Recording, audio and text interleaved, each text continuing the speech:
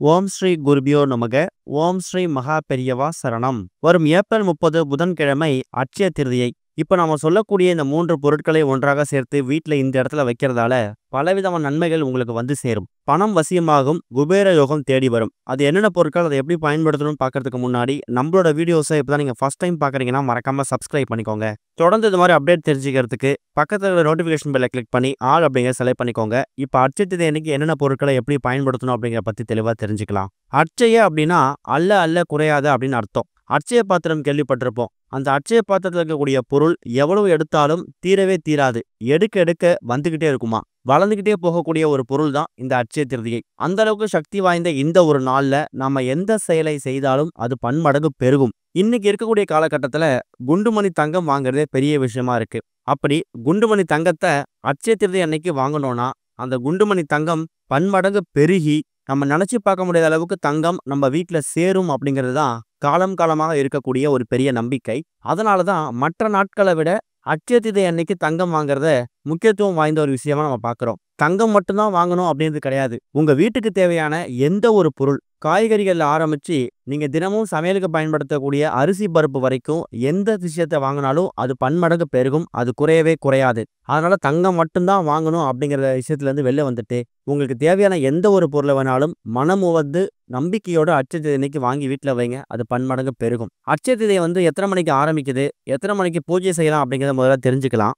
ஒரு கேலண்டர்ல ஒரு வகையான நேரம் போட்டிருக்காங்க. இப்போ உதாரணத்துக்கு தமிழ் கேலண்டரை பார்த்தீங்கன்னா ஏப்ரல் 29ஆம் தேதி இரவு 8:49க்கெல்லாமே இந்த அட்சய திருதியை ஆரம்பிச்சிடுது. ஒரு வருடமும் சித்திரை மாதத்துல வரக்கூடிய வளர்பிறை திருதியை திதி தான் அட்சய திருதியை.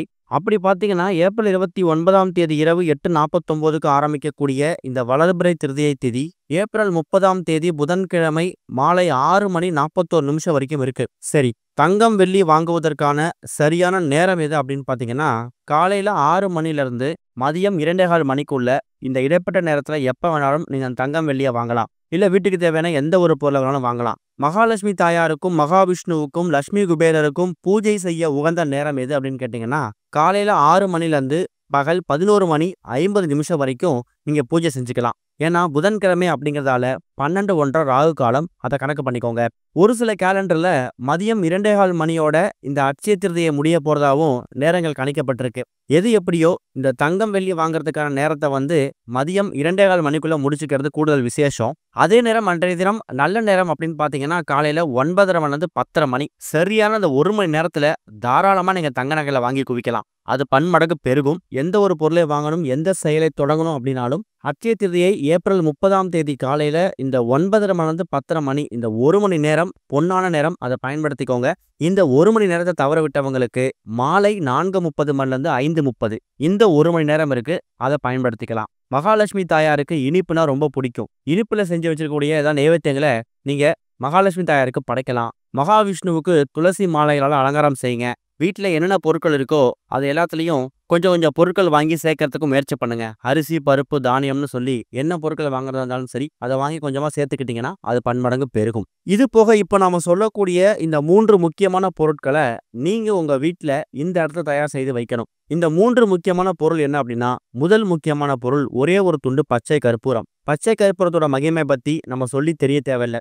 மகாவிஷ்ணு வாசம் செய்யக்கூடிய அற்புதமான ஒரு பொருள். பச்சை கற்பூர வாசம் எங்க இருக்கோ அங்கெல்லாம் மகாவிஷ்ணு இருப்பார். மகாவிஷ்ணு இருக்கக்கூடிய இடத்துல மகாலட்சுமி தாயார் தானா வந்துருவாங்க. எந்த ஒரு பெருமாள் கோவிலுக்கு போனாலும் கட்டாயம் அங்க எல்லா பொருட்கள்லையுமே இந்த பச்சை கற்பூரத்தை சேர்த்திருப்பாங்க. அந்த மகத்துவம் வாய்ந்த பச்சை கற்பூரத்தை ஒரே ஒரு துண்டு எடுத்துக்கோங்க. அடுத்ததா ஏலக்காய். ஏலக்காய் எவ்வளவு எண்ணிக்கை வேணா எடுத்துக்கலாம்.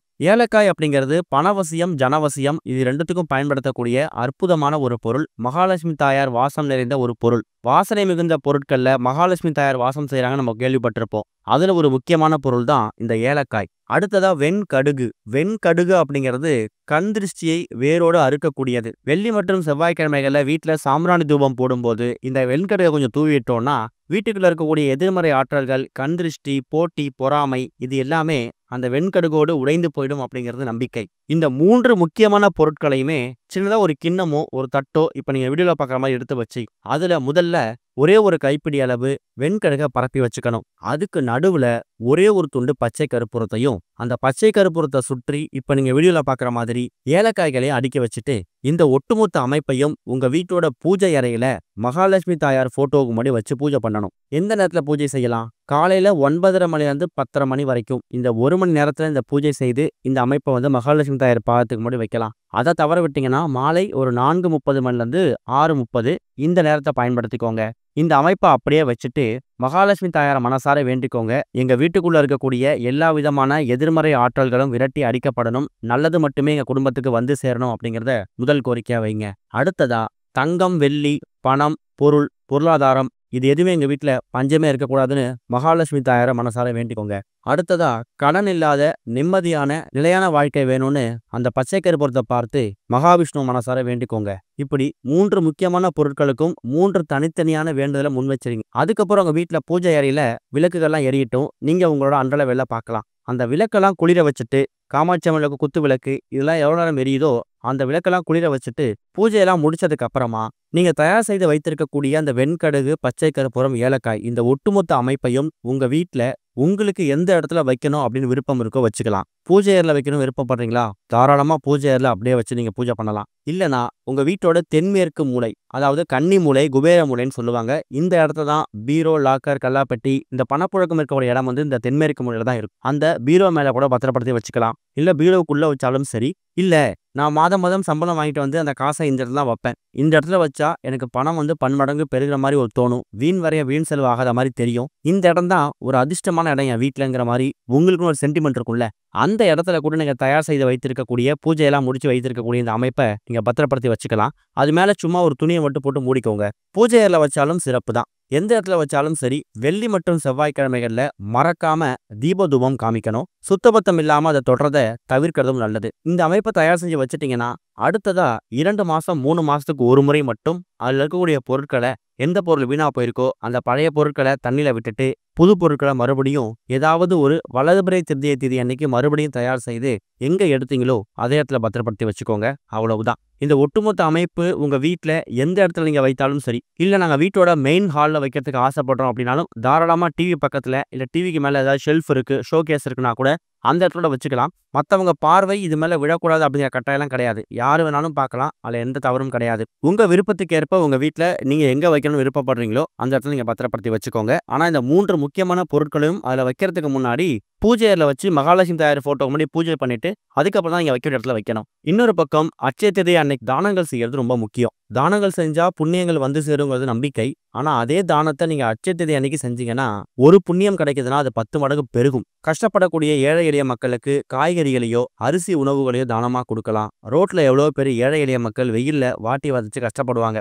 அவங்களுக்கு குடை தானமா கொடுக்கலாம், வஸ்திர தானம் கொடுக்கலாம். பசுமாடை வைத்திருக்கிறவங்களுக்கு புதன்கிழமை அட்சய திருதியை வந்திருக்கிறதால பச்சை பயிரை தானமா கொடுக்கலாம். தானங்கள்ல உங்களுக்கு எந்த தானம் கொடுக்க முடியுதோ அதை பயன்படுத்திக்கோங்க. ஆனா கட்டாயம் ஒரு தானமாவது பண்றதுக்கு முயற்சி பண்ணுங்க. ஓம் ஸ்ரீ குருபியோ நமக. ஓம் ஸ்ரீ மகா பெரியவா சரணம்.